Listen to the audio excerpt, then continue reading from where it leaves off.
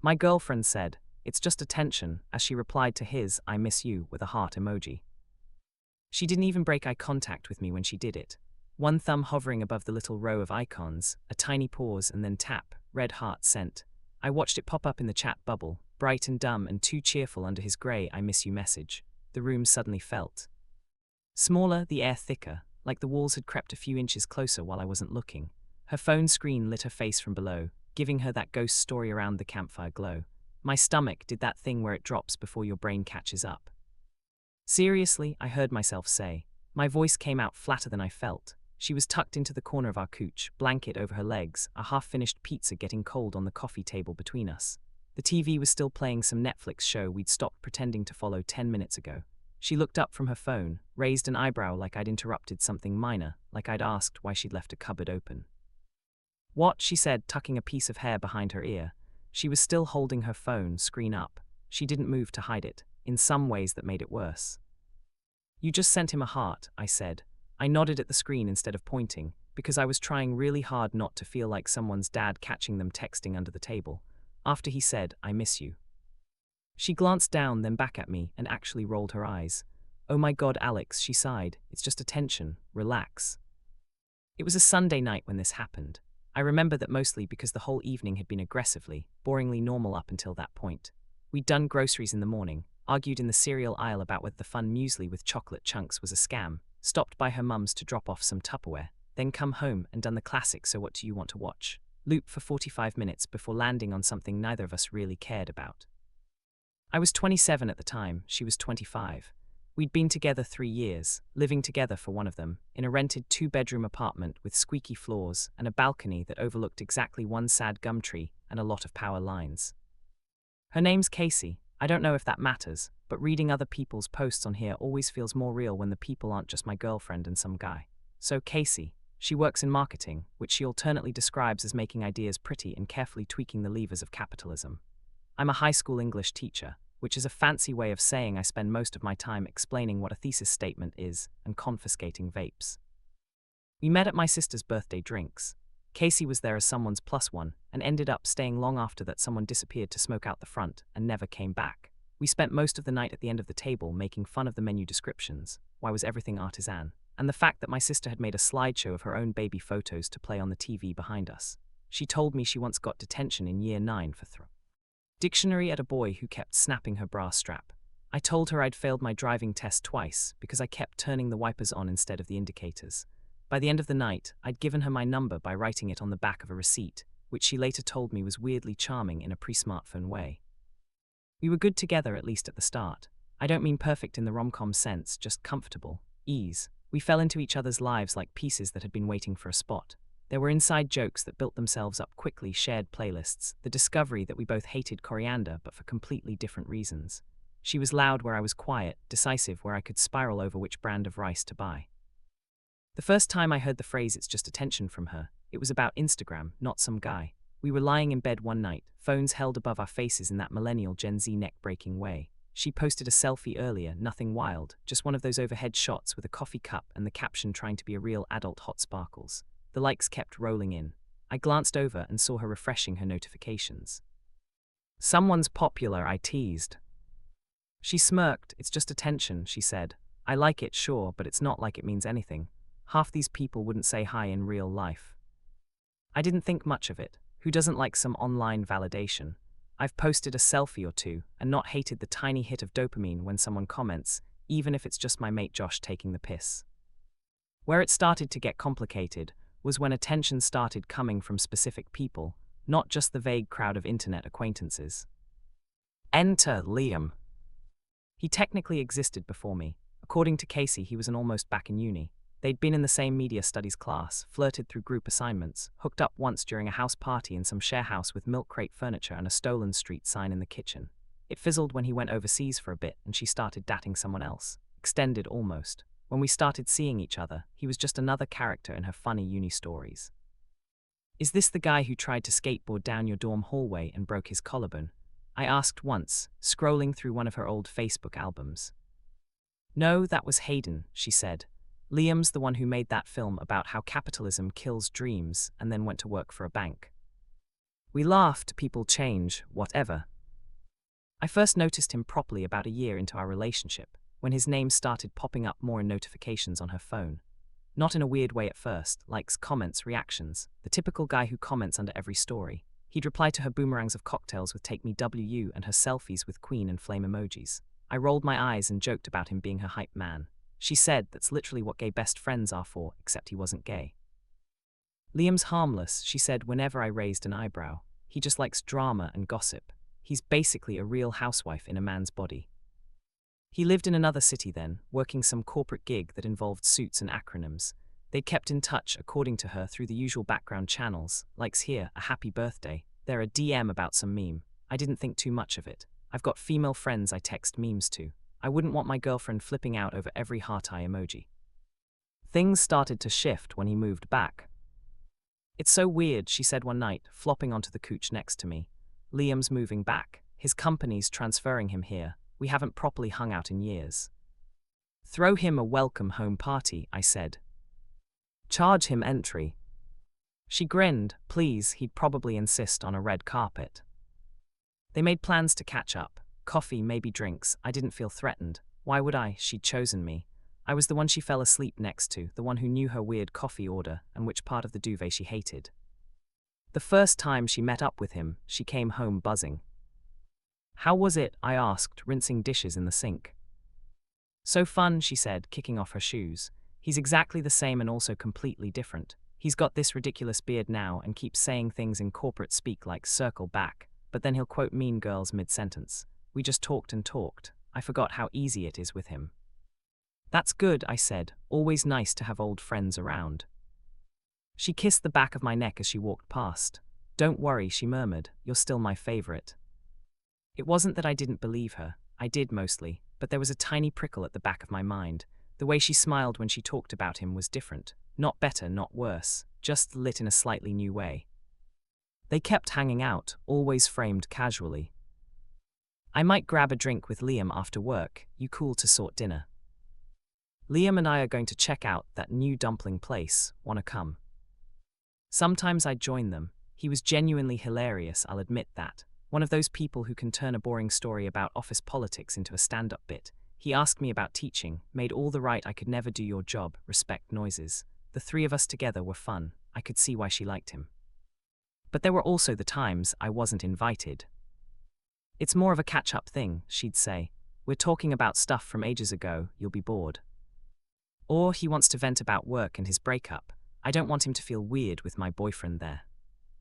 It made sense when she said it. It always did in the moment. The texting ramped up too. Little pings of her phone at 11 p.m. while we were in bed, her trying not to smile and failing. You're grinning, I pointed out once, nudging her. No, I'm not, she said, hiding her mouth behind her hand. If your lips go any higher, they'll become eyebrows, I said. Shut up, she laughed. He just sent a photo of his boss doing karaoke. You'd be laughing too. Then came the first "I miss you" message. At least the first one I saw. It was a random Thursday. We were doing that lazy late-night thing where you scroll in silence next to each other. I'd shifted around so my head was kind of propped on her stomach, her hand absent-mindedly playing with my hair while she texted with the other. Her phone buzzed, she swiped down, and for a second the notification sat there bigger than life. Liam, I miss you, you know. There was a half-second where her thumb hovered over the screen like she was about to dismiss it. Then she opened the chat. My eyes flicked up unbidden. I saw enough, the little blue typing bubble, her scrolling back through something, a string of old messages above, inside jokes, memes, you look so good last night from him. Before I could say anything, she angled the phone slightly away, subtle, the way you do when the sun hits the screen. Okay, I said slowly, that's a lot. What is? She asked, a little too innocent. I miss you, I said, from Liam, while you're lying here with me. She made a face. He's dramatic, she said. He probably just means he misses hanging out. We don't get to see each other much between his hours and mine. Do you miss him? I asked. She hesitated, then shrugged. Yeah, she said. As a friend, he gets parts of my life you don't, like the agency bullshit, the weird creative ego stuff. So reply miss you too, dude, or something, I said. I was trying to keep my tone neutral, but it came out tighter than intended. She gave me this look, half amused, half annoyed. Why are you policing my replies? I'm not, I said. It's just hearts send a certain message. I send heart emojis literally all the time, she said.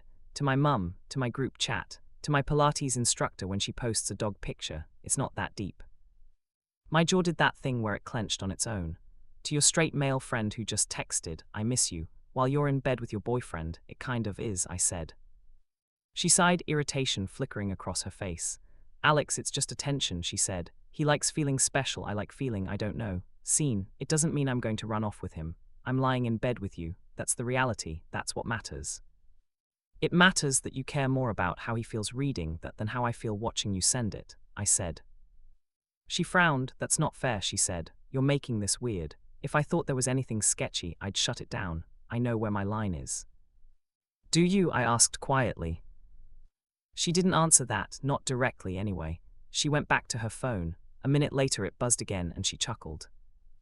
What'd he say? I asked, unable to stop myself. That I'm still the funniest person he knows, she said, which is objectively wrong because have you met me? I'm hilarious.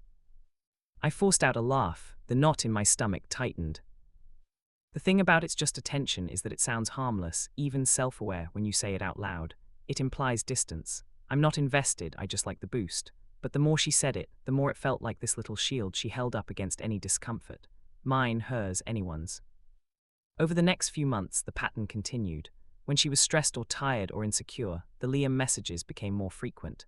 Little I miss your face texts from him. Fire emojis on her selfies. Her replying with hearts and same, and we need a night out soon, I'm dying. I tried to be cool. I didn't want to be that guy, the controlling boyfriend, the one who tells his partner who they can talk to. I'd seen enough posts on here from people stuck with jealous, paranoid partners to know that road isn't pretty. So I did what I thought was the adult thing. I mentioned it occasionally, then dropped it when she got defensive. I made jokes instead of accusations. Once, when her phone buzzed 3 times in a row while we were watching a movie, I glanced at it and said lightly, "Your attention dealer's persistent tonight." She nudged me with her foot. "He's having a breakdown about turning 28, she said. I'm basically free therapy. You're not a therapist, I said. I know, she said, but I'm good at listening. It's not like you're lining up to hear about his ex ghosting him. I barely have enough emotional bandwidth for my students, I said, let alone your almost boyfriends. She snorted. He's not my almost boyfriend, she said. He's just dramatic. A few weeks later, she and Liam went to a gig together. We were supposed to go as a group, me, her, him, a couple of mutual friends, but I ended up staying home with a migraine and told her to go without me.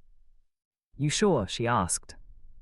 Hovering by the door in her leather jacket and boots, hair done in that effortless wave that actually takes half an hour.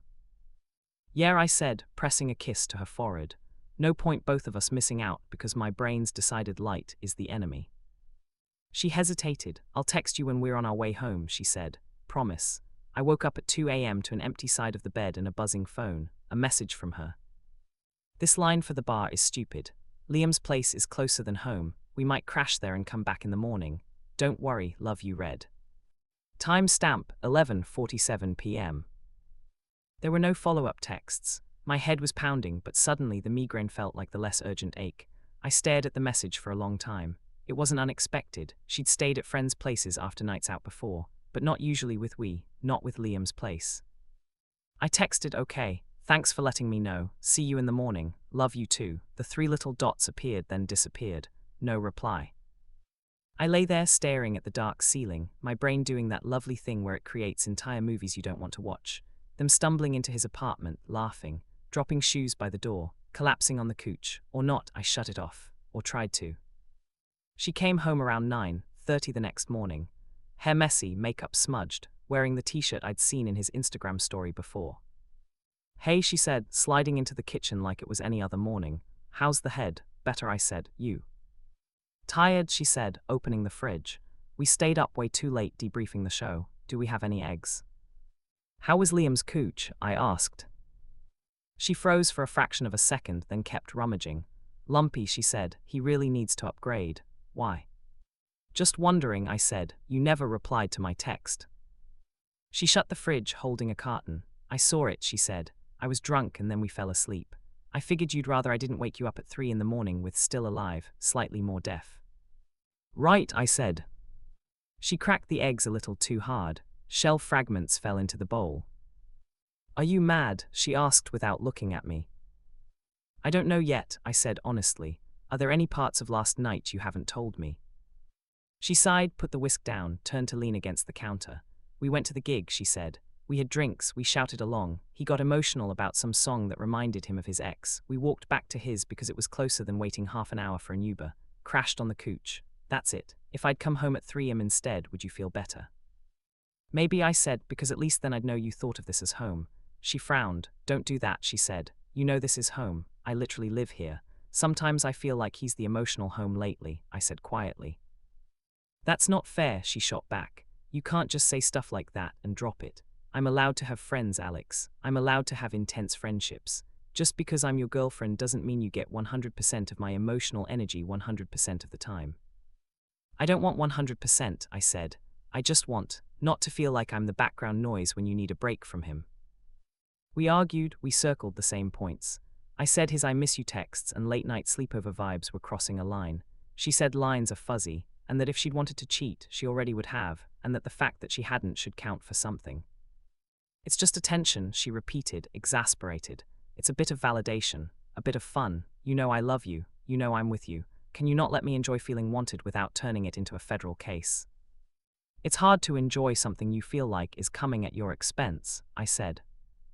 We never really resolved it, we just stopped talking about it, which in hindsight was a resolution of its own. Things weren't all bad, that's what makes this so confusing to write about. We still had good days.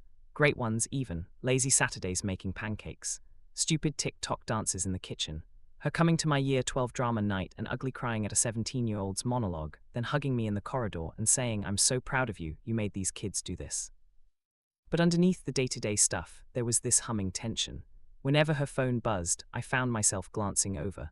Whenever she went out without me, a tiny part of me held my breath until she came home. I started to feel smaller, less like her partner, more like her audience. She'd come home from seeing him and spill stories about their conversations, their jokes, his latest dating disasters, and I'd nod and and laugh in the right places. Meanwhile, there's a quiet voice inside going, when was the last time she wanted to debrief like this with me about us? At one point, I tried to flip it. I started texting an old friend more, nothing inappropriate, just memes, life updates, complaining about the school marking load. Part of me wondered if it would even the scales, if it would make me feel whatever she seemed to get from Liam. It didn't. I like my friend, but every time my phone buzzed and Casey looked over, I felt guilty. That told me something. The final straw wasn't some dramatic affair reveal. It was that heart emoji on a Sunday night, with cold pizza and a dumb TV show, and the quiet knowledge that we'd had this exact conversation before, and it hadn't changed anything. When she said, it's just attention, relax, and looked at me like I was the one being unreasonable, something in me shifted. Not a snap, more like a quiet click of a lock being slid into place. I don't think I can relax about this, I said, after a long moment. My tea was going cold on the table. The room felt strangely bright, like my eyes had adjusted to something. Not anymore. She sighed, annoyed. What do you want me to do? She asked. Block him. Is that what would make you feel big and secure? If I cut off a friend because my boyfriend can't handle a heart emoji? It's not the emoji, I said. It's the pattern. The way your face lights up when you talk to him. The way you run to your phone when he texts but roll your eyes when mine goes off in a staff group chat. The way you keep choosing to feed that connection even when you know it hurts me. She opened her mouth, then shut it, looked down. I like feeling wanted, she said finally, voice smaller. Is that so fucking terrible? I've been with you for 3 years. We live together. We share a bathroom. You see me in my ugliest pajamas with my hair in a disgusting top knot. You know I drool when I fall asleep on the couch. I know you love me, but it's a given now. Static. Liam makes me feel like I'm new. There it was, the thing I'd suspected and dreaded. Do I make you feel wanted? I asked. She hesitated. That hurt more than if she'd just said no. Sometimes, she said carefully, but you're tired. A lot. You come home from school and you're drained. You listen to teenagers all day, then you come home and I feel like just another person in the line waiting to be listened to. That's not fair, I said. You know I try. I cook. I ask about your day. I show up to your events. I know, she cut in quickly. I know, you're a good boyfriend, Alex. That's not what I'm saying. I'm saying the kind of attention he gives me is different. It's flirty, sure, fun, low stakes. It makes me feel alive.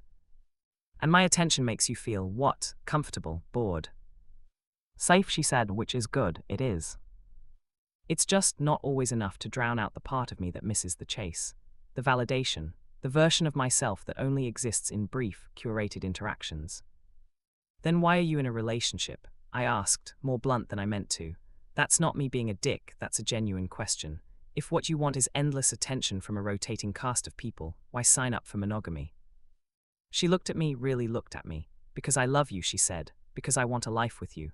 Because I want to come home to the same person and watch crappy TV and raise a dog and maybe kids one day. Because he doesn't actually know me, he knows a version. You know the whole mess. And yet you keep feeding the version, I said. Silence settled between us, thick and heavy. The TV autoplayed another episode, two characters yelling at each other over something trivial. It was almost funny. I don't know how to not like it, she said finally. The attention, it's like a reflex, I don't even think about it half the time. I just respond. And then I have this moment after where I'm like, oh, that was probably not great, but then it's gone and we're on to the next thing. That moment after is where you're choosing, I said quietly. You're not helpless. You're not a cat chasing a laser pointer. You're a grown woman making decisions about what energy you're feeding and what you're starving. She flinched like I'd hit her. Maybe I'm not ready for this, she blurted. For what? This, she said, waving a hand between us. Long-term serious relationship, living together, planning futures. Maybe I thought I was, but I'm still hung up on feeling like I matter to people who don't actually matter to me. Maybe that means I shouldn't be doing this to you. My chest tightened. Are you saying you want to break up? I asked.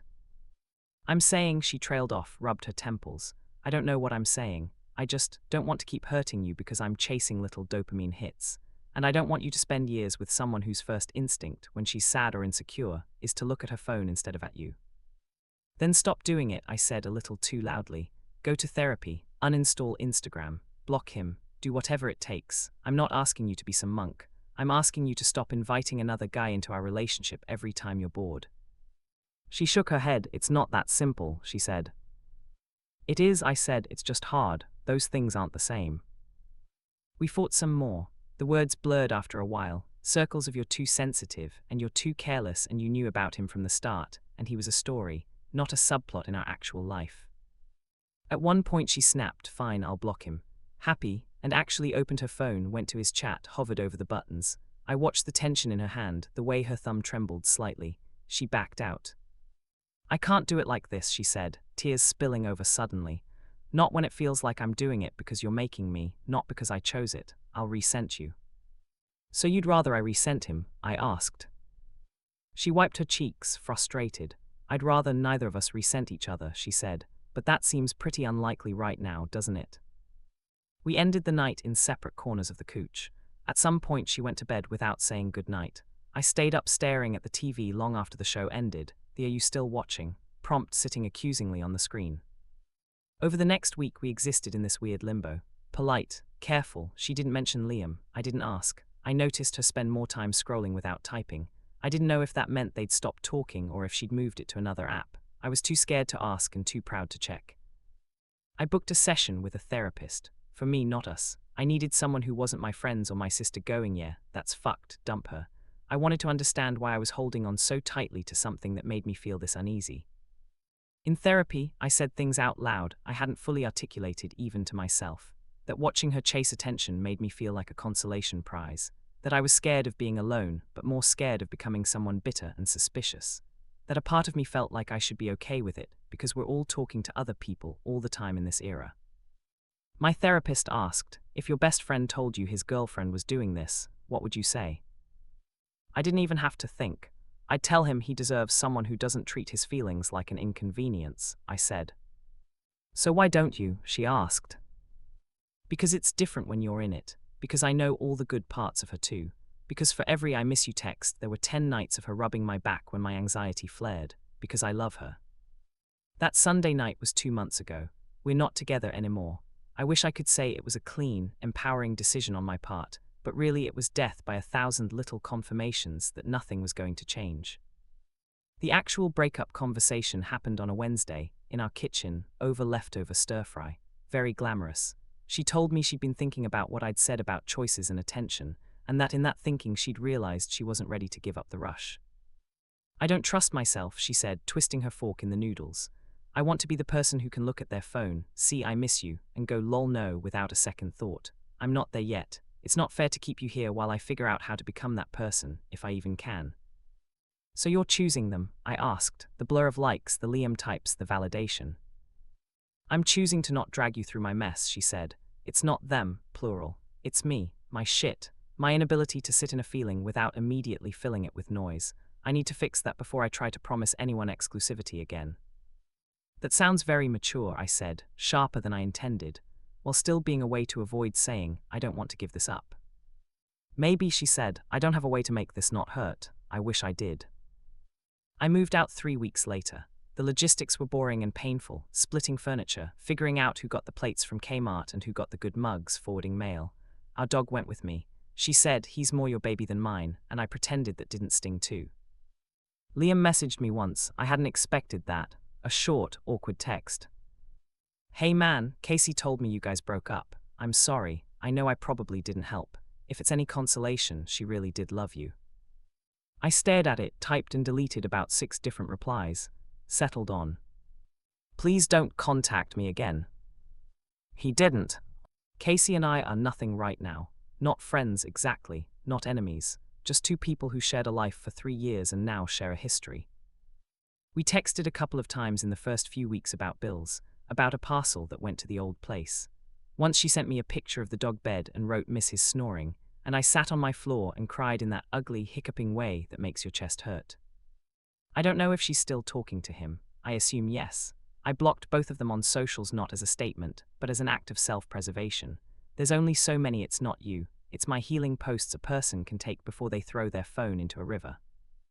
I'm not going to sit here and say she's a monster. She is. She's complicated and selfish and generous and funny and messy, like most people. She showed up for me in some really hard times. She also prioritized her need for attention over my need for security, repeatedly, even after knowing how it made me feel. Both things are true. As for me, I'm relearning what my baseline feels like without constantly scanning someone's notifications out of the corner of my eye. I go to work, mark essays, tell kids to put their phones away, then come home to a quiet apartment and a dog who thinks I hung the moon because I remember to feed him on time. I've started reading books again instead of doom scrolling. I say yes to more plans with friends. Sometimes I catch myself reaching for my phone when I feel low, itching to post something that will get a quick hit of validation. When that urge hits, I hear her voice in my head saying it's just attention, and my stomach twists. It's just attention, but attention is a currency, and where you spend it matters. I don't know exactly what I'm looking for by posting this. Perspective maybe, or just a place to put this story that isn't my friend's ears. If you've been the Casey in this story, maybe this is your reminder that just attention isn't always just to the person you're committed to. If you've been the Alex, I don't have a neat answer. Leaving hurts, staying hurt too. What I do know is this. The night she sent that heart emoji and told me to relax was the night I stopped believing that love alone was going to make her stop chasing that feeling. And once you see that clearly, it's really hard to unsee.